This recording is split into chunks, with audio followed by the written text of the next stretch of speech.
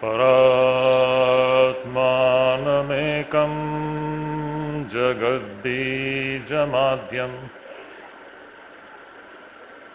Niriham Nirakaram Onkar Vedyam Yato Jayate Palyate Yena Vishvam Tamisham Bhaje Liyate Yatra Vishvam Sthapakaya cha dharmasya sarvadharmasvarupine Avatar varishthaye Ramakrishnaya te namaha.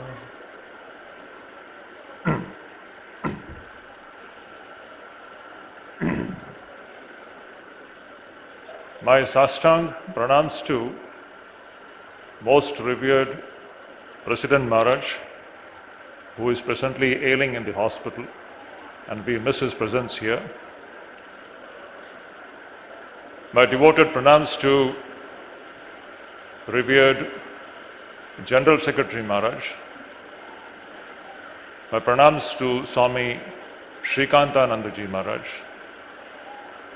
My affectionate namaskars to Swami Vedanuragananda Ji and all other senior Swamis seated here. My pranams and namaskars to all of you, and my affectionate regards to all of you, dear devotees. Today we are celebrating the 189th birth anniversary of Bhagavan Sri Ramakrishna. It is a very significant moment. For the last, I think, about 130 years or so, we have been celebrating Sri Ramakrishna's birthday every year. The question is, why do we do that? What is the significance of remembering Sri Ramakrishna on his birthday? There is a very important thing to be noted here. Sri Ramakrishna is a phenomenon whose relevance is not only for India, but for the entire human race. I shall keep my point very briefly, but my main point of discussion today is going to be how Sri Ramakrishna's ideology is the only ideology. Yes, I have to say it is the only ideology. It may sound a bit fanatic and dogmatic, but there is no other way. This is the only ideology which can bring about a healthy state of affairs as far as the human society is concerned. How?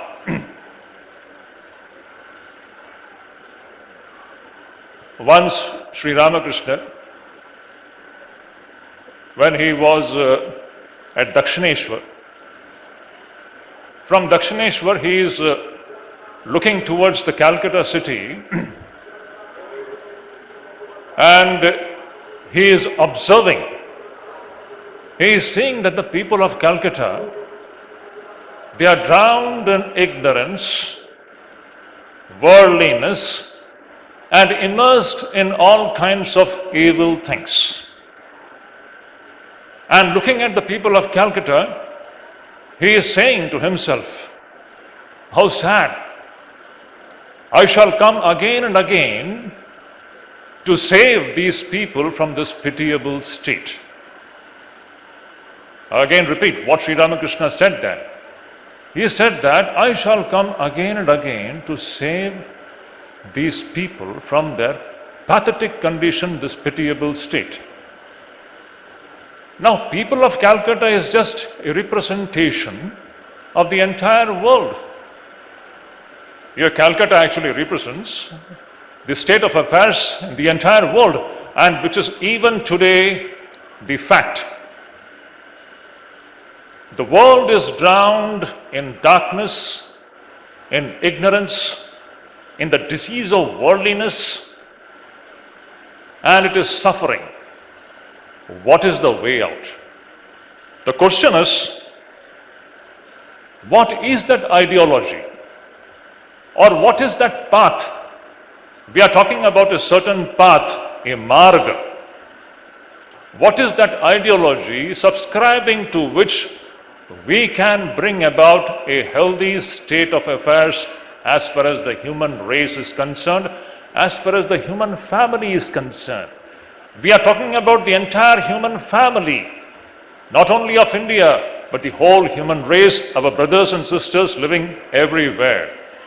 How can we bring about a healthy state of affairs in this world?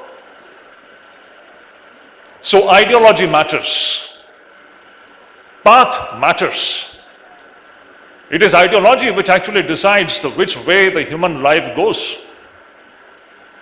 If a particular individual adopts a wrong kind of an ideology, his life goes in one direction. And this happens collectively also. If you just look into the whole world, even today, the entire human race is divided or compartmentalized into different groups, various groups which have subscribed to various ideologies. I have to further make it clear that these ideologies are non-religious, non-spiritual ideologies. To make it more clear, non-dharmic ideologies. For example, let us just see what happens when we subscribe to wrong ideologies, how the whole society goes into darkness. Take, for example, a few ideologies, I shall just talk about that. We have capitalism, communism, Marxism, socialism, Freudianism, Kantianism, and it goes. There are dozens and dozens of such ideologies which have been governing the human beings everywhere, and their lives have been going in a certain direction. Let us just see the consequence of adopting and practicing these ideologies in our day-to-day life. What happens? And in contrast, we shall come to Sri Ramakrishna's path, the path which Sri Ramakrishna has shown. I will just take two ideologies as an example and see the consequences of that. Capitalism. What do we find in capitalism? Capitalism is a way of life in which the whole concern is to amass wealth. There is wealth and everyone wants to own wealth. Everyone wants to acquire more and more wealth, even by looting others, maybe. We know the connection between capitalism and colonialism. All the colonialist empire of the Europe, they went and conquered other continents and looted their wealth. It's all basically the tendency of amassing wealth in one way or the other. The underlying force of this capitalistic enterprise is greed, unrestrained greed. And it runs on the principle of cutthroat competition. Literally, it's a beautiful tone, cutthroat competition. You just look at the world. People are running in this direction, believing in this ideology. There are whole continents subscribing to this view. We have Europe, we have America, all the Western nations which have lived according to the principles of capitalistic ideology, and we see the consequence. My question is, are the people who subscribe to this ideology, are they really happy? What is the state of affairs in those societies where people have gone in this direction? Number one. One more example I shall take. Communism. An ideology where again the matter is wealth. The question is, who will own the wealth? The capitalist says that private ownership. Communists say that community ownership or state ownership. Ownership, private or community, it is all concerning wealth and wealth and wealth and wealth. Kanchan and Kanchan and Kanchan and Kanchan. And when a whole society subscribes and literally swears by these ideologies minus spiritual principle, ideology minus religion, minus dharma, where does that society go? We have, for our example, communist countries. Once upon a time, USSR, dismantled today. Today we have China, and even there are some states in India which have subscribed to this ideology, and we have seen the consequences in which direction that state or that country goes. I'm reminded of a beautiful statement of the Upanishads. The Isha Upanishad says, Andham tamah pravishanti. When we have wrong ideology in our life, we enter into blinding darkness. Literally blinding darkness. People are drowned. This is what Sri Ramakrishna was saying during his time. People drowned in ignorance, worldliness, and living in all kinds of evil ways, driven by wrong kinds of ideologies. Now, if this is the condition, now the next question comes, what is the right ideology which can bring about a healthy state of the human society? What is that ideology which can bring about an all-comprehensive development of the human being individually as well as collectively? What is that ideology? That ideology is the ideology which is based upon dharma. Vaidika dharma, and I shall just mention, see what happens when we adopt the Vaidika dharma marga. It's a beautiful thing. Now, what is this Vaidika Dharma Marga? Shri Shankaracharya, Bhagwan Shankaracharya, in his masterly introduction to the Bhagavad Gita Bhashya, he tells us what is this Vaidika Dharma. And in his description, he says, you see, that he paints a beautiful picture how to bring about an ideal state of a human society. What should be the ideology which should be governing human beings, and what can make human beings healthy? Shankaracharya says there, God projected this universe, this world, and after having projected this world, He created human beings and living beings. And He made these living beings follow two kinds of dharma. Dvividhohi vedokta dharma, he says beautifully.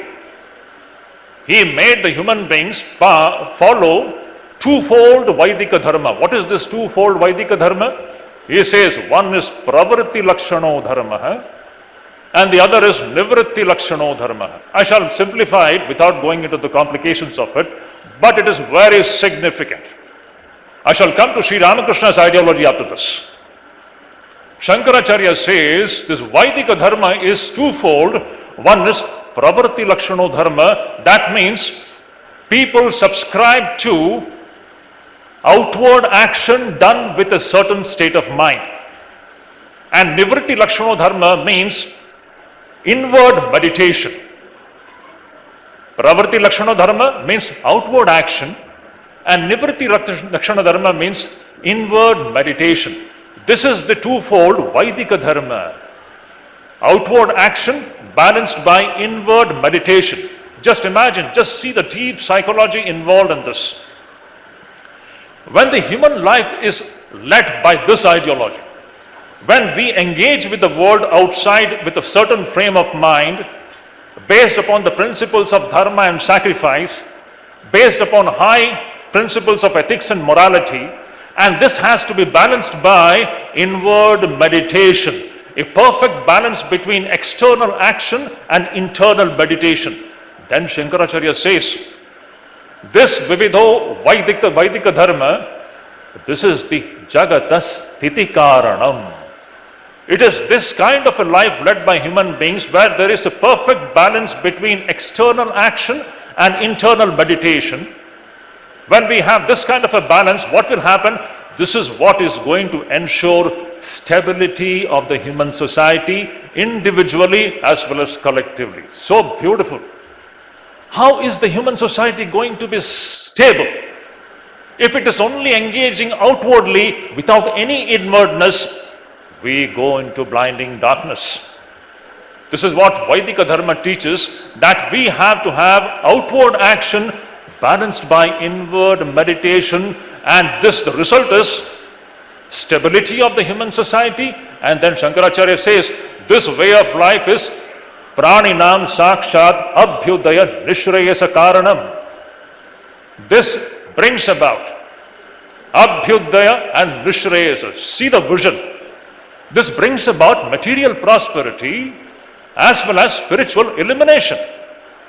This is what is the ideal state of a human society, where we have material prosperity, Abhyudaya, as well as spiritual illumination brought about by a life which is led in this way, a perfect balance between external action done with a certain attitude, balanced by inward meditation. Now somebody may ask this question. This is wonderful theoretically. Theoretically it sounds very nice. Is there any demonstration or any proof of any society having practiced it and really got the results which Shankaracharya talks about here? Yes. Which country has practiced it? Our own country, India, Bharat. If we just go back 1500 years or little more back, what was the state of this country? We all know that India has been the richest country in the world from timeless past. It is only in the last 1500 years things went wrong. Before that, this Bharat, our great country, has been the richest country in the world. How did it become rich? I ask this question. It's a beautiful question to ponder over. Was it capitalism which made India the richest country in the world? Was it communism which made India the richest country in the world? What was that philosophy which made India the richest, most prosperous nation in the world? At the same time, a land which gave birth to countless numbers of spiritually illumined souls. This perfect balance between material prosperity and spiritual illumination, what was that ideology which made this possible in this land and this land alone? India didn't become prosperous by looting other continents like the West. It became prosperous by following this great, immortal, eternal, universal, scientific, Vaidika Sanatana Dharma. Again, I'm coming back to that point. What is the ideology which can bring about an ideal state of affairs as far as the human society is concerned? Now, what is the connection between Vaidika Sanatana Dharma and Sri Ramakrishna? That is the next point. When we deviated from this great Dharma, and that is the story of last 1000 years, we got into a mess.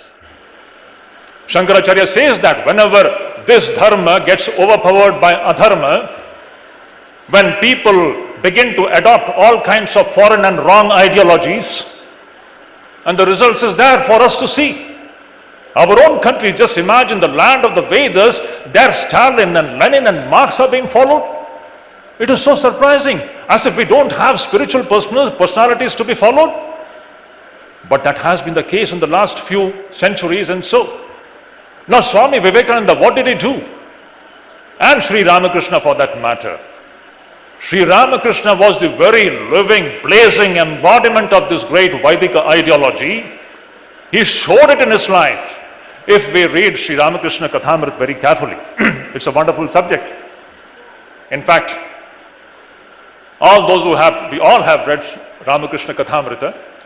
In Kathamrita you will find, if you have read it very carefully, all Sri Ramakrishna's teachings is a perfect balance between how to act externally and balanced by inward meditation. He will talk about seva based upon Shiva Jnana. Swami Vivekananda coined his motto of this organization as Jagat Hit, balanced by Atmana Moksha. He says that India's two pillars, the foundational pillars of Indian culture and civilization is renunciation and service, outward action and inwardness. Outward action minus inwardness will completely ruin the human society. That is what we see in the Western society, which is only given to action. That action also completely driven by animal propensities, driven by greed, driven by absolutely blind greed. But that kind of an external action is the doorway to create a hell of this human society. That's why there need to be some regulation as far as how are we going to engage with this external world, and that is what Vedas teaches. Vividho hi vedokta dharma pravarti lakshano dharma nivritti lakshano dharma sakshat praninam abhyudaya nishresa karanam jagatas titi hetuhu. So beautiful. And whenever we have deviated from this, India has got into mess. And whenever that messy situation comes, Narayana. Krishna says, so beautiful. Shankaracharya says, that very Narayana once again comes to bring back these people who have gone astray, to bring them back to the path of the Dharma by showing how to live that kind of a life. Sri Ramakrishna's life is a blazing demonstration of that immortal Vaidika Dharma which he has demonstrated. In his teachings you will see this perfect balance between outward action and inward meditation, all based upon the principles of spirituality and Dharma. Now one more point and I shall wind up my talk. I don't want to pull it far. It's a very vast subject.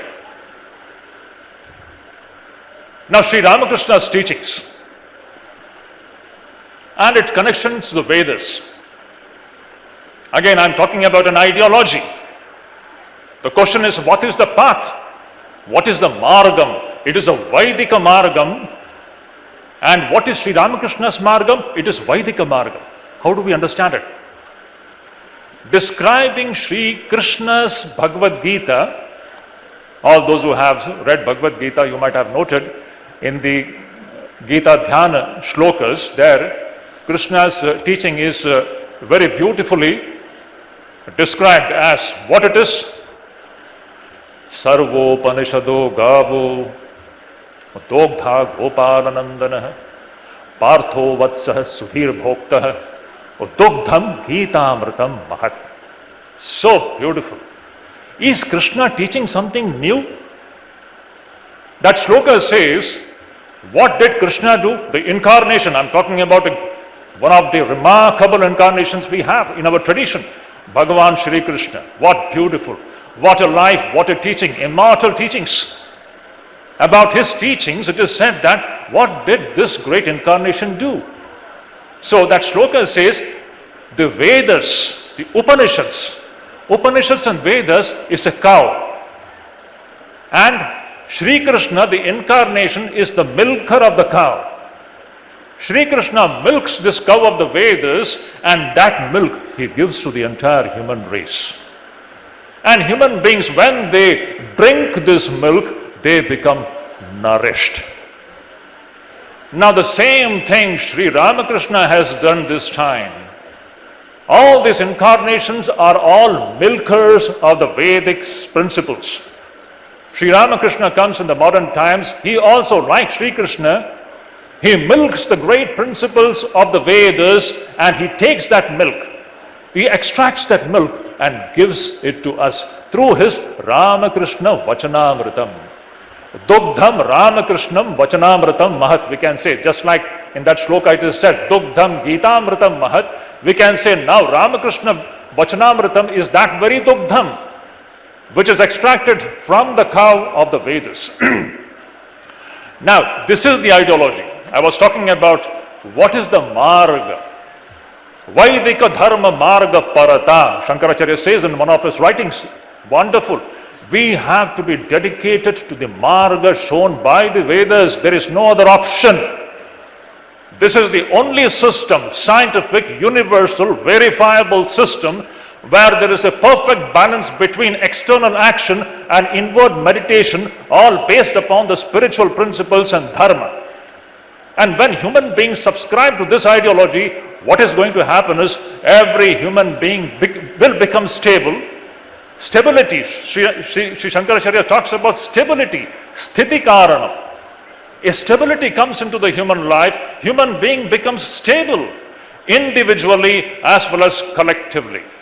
If the society has to be stable and healthy, it has to follow this twofold path shown by the Vedic Dharma of external action balanced by inward meditation.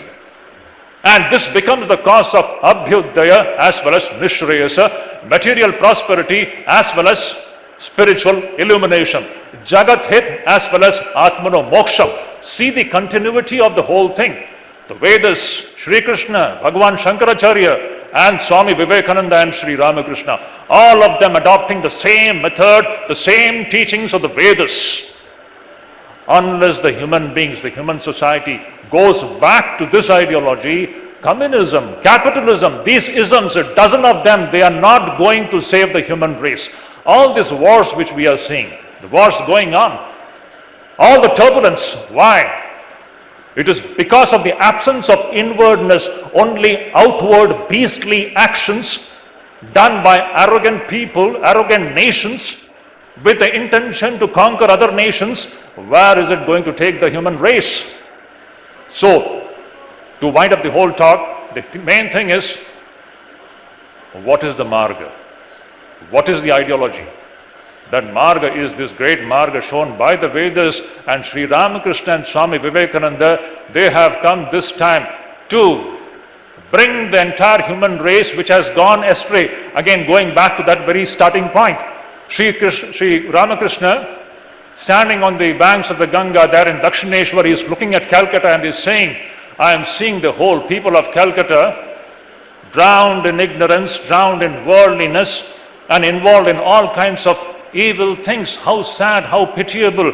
I shall come again and again to save these people from their pathetic and pitiable state. Sri Ramakrishna has come for that very thing. Sri Ramakrishna's Vachanamritam is that Amritam which can save the world, because this is that very teaching of the Vedas which talk about this twofold way of life, a perfect balance between action and inward meditation. Thank you so much.